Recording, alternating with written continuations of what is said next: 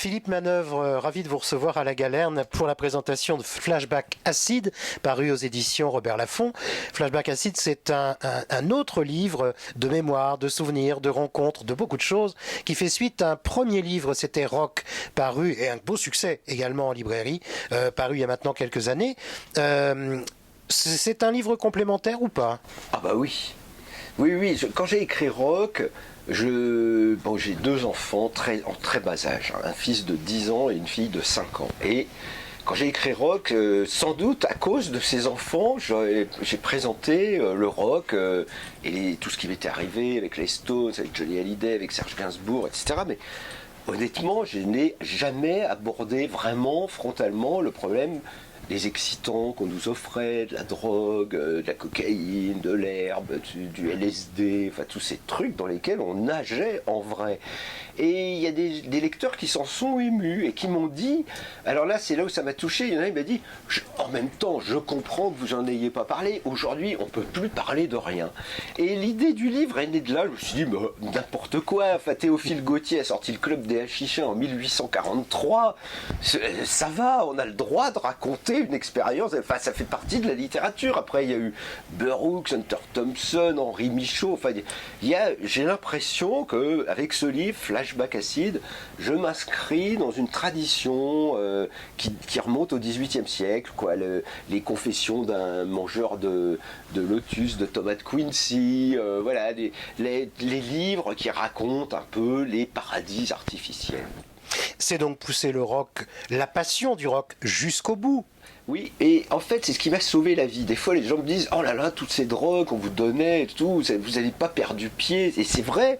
Mais moi, je dis toujours, vous savez, moi, j'étais pas venu pour les drogues, j'étais venu pour parler à Jimmy Page de Led Zeppelin. Donc, qu'il y ait de la drogue en plus, oh ben super. Mais c'était pas ça mon but premier, vous voyez. Donc, voilà, j'étais venu pour les Stones, j'étais venu pour nos héros, nos dieux. Et j'étais un gamin d'une petite ville de province, Chalon-sur-Marne à l'époque. C'est un peu, voilà, comme les gamins qui sont comme Jérôme Soligny, pareil, on avait envie de rencontrer nos dieux, quoi. Voilà. Oui, parce que déjà lecteur de rock and folk, oui. Déjà vous achetiez déjà des disques. De façon compulsive, comme un maniaque. Ouais, c'est ça. Donc c'est vraiment quand je parle de passion. Fin, dans toutes mes drogues, j'ai mis la haute fidélité, parce qu'en plus, je fais partie des gens qui cherchent sans arrêt à trouver la chaîne stéréo du futur, le meilleur son, les graves les plus profondes, les aigus les plus friselants. Donc, oui, en plus de tout ça, j'ai eu une collection de chaînes stéréo absolument invraisemblable et je raconte tout ça, c'est le dernier chapitre. C'est vrai. La passion du rock, c'est aussi, je crois en tout cas, pousser la nouvelle génération sur le devant de la scène. Vous n'avez pas manqué de le faire. Vous l'évoquez également dans le livre. C'est important pour vous. Oui, parce que pour moi, le rock, c'est la jeunesse. Le rock, c'est... Pourquoi on écoute un nouveau groupe de rock? Pour entendre un nouveau cri de rage, pour entendre des gamins qui disent non mais c'est le monde là, ça va pas. Et c'est un sentiment normal de jeunes gens qui arrivent et on écoute ça comme un cri de colère nouveau, quoi. Voilà. Et quand j'ai été nommé rédacteur en chef de Rock et Folk, je me suis dit, j'ai réactivé des très anciens journalistes, mais j'ai aussi cherché les nouveaux, parce que je pense qu'il faut faire confiance à la jeunesse, mais tout le temps. Et donc j'ai essayé de trouver des jeunes photographes, des jeunes écrivains, je prenais des stagiaires. Pendant 20 ans, j'ai eu un stagiaire assis à côté de moi sur le bureau, j'ai dit, qu'est-ce que vous faites là, Guillaume? Et tout, qui changeait, hein, tous les 6 mois, on changeait. Pour moi, le rock, c'est indissociable de la jeunesse. Et je m'excuse, mais le temps est passé, et maintenant je suis un vieux de 67 ans et je continue à raconter mes années jeunes.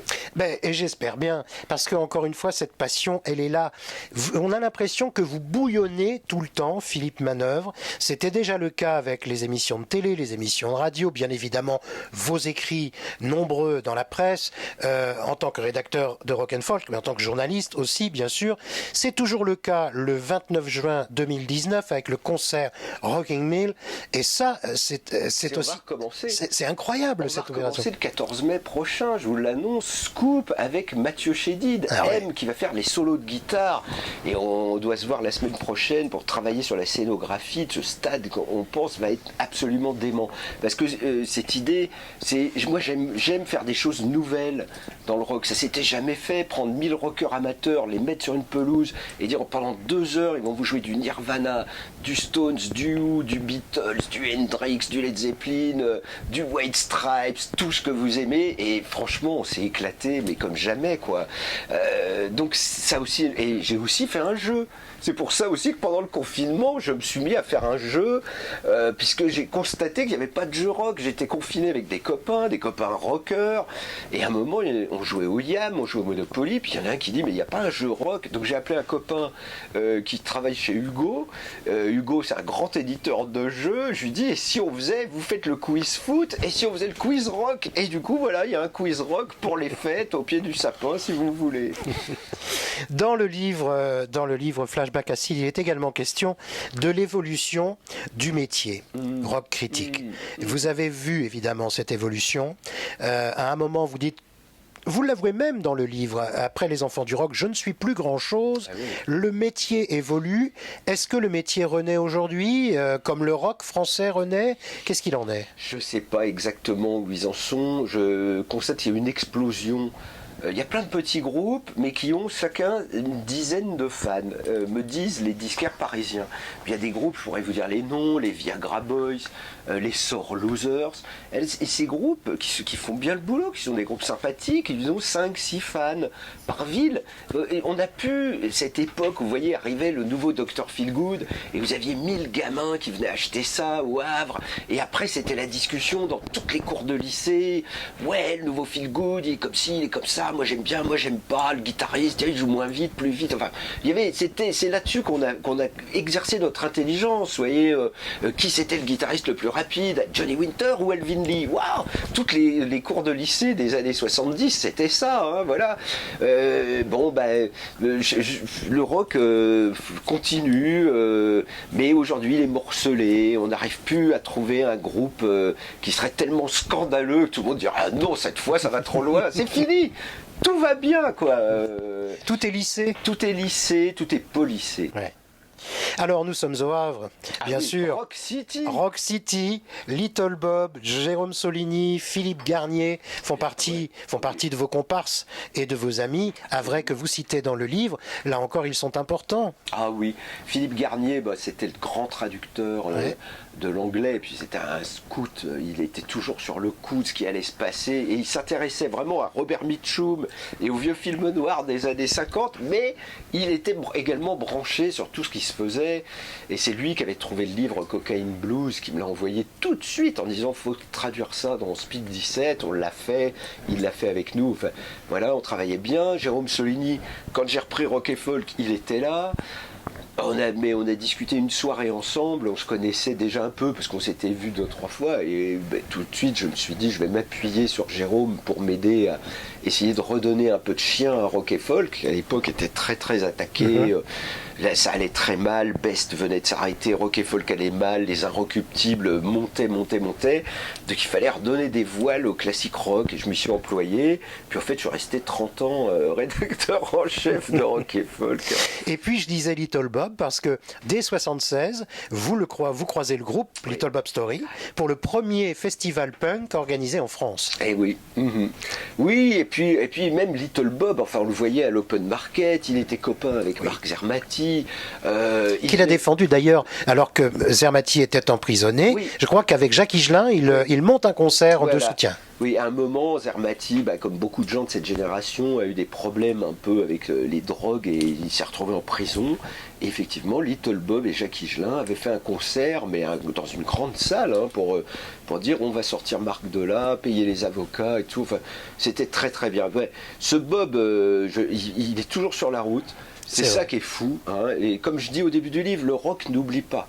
Les gens qui aiment le rock, ils n'oublient pas Little Bob, ils savent que s'ils le voient, ça va être une super soirée. Enfin, moi je le vois dans les rallyes bikers, souvent je suis parrain à Morzine, les fêtes Harley-Davidson, et il y a souvent Little Bob avec moi qui est là, et quand il donne des concerts, on voit bien, le gars-là c'est un bluesman américain dans l'âme, quoi. Il a ça en lui, et puis il a une voix qui ne faiblit pas.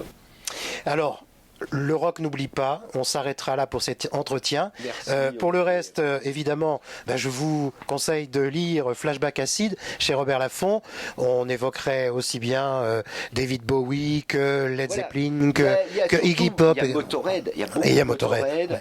Il y a Mark Zermati, parce que c'est lui qui a amené le punk en France. Il y a David Bowie, que j'ai rencontré quand même pas aussi souvent que Jérôme, mais presque. Et il y a même une rencontre avec Jérôme. Enfin voilà, oui, c'est sur ceux-là, c'était des rockers un peu de l'extrême. C'est là-dessus que j'ai basé le livre. Et tout le monde me dit que c'est un véritable roller coaster. Alors moi je sais pas, je l'ai écrit, je peux pas le lire, mais ça me fait plaisir parce que j'avais envie d'écrire un livre rapide, coup de poing, brutal et féroce, mais feel good quand même pour les rockers quoi. Merci Philippe Manœuvre. Merci Olivier, merci à la Galerne pour cette super expérience au Havre. Merci.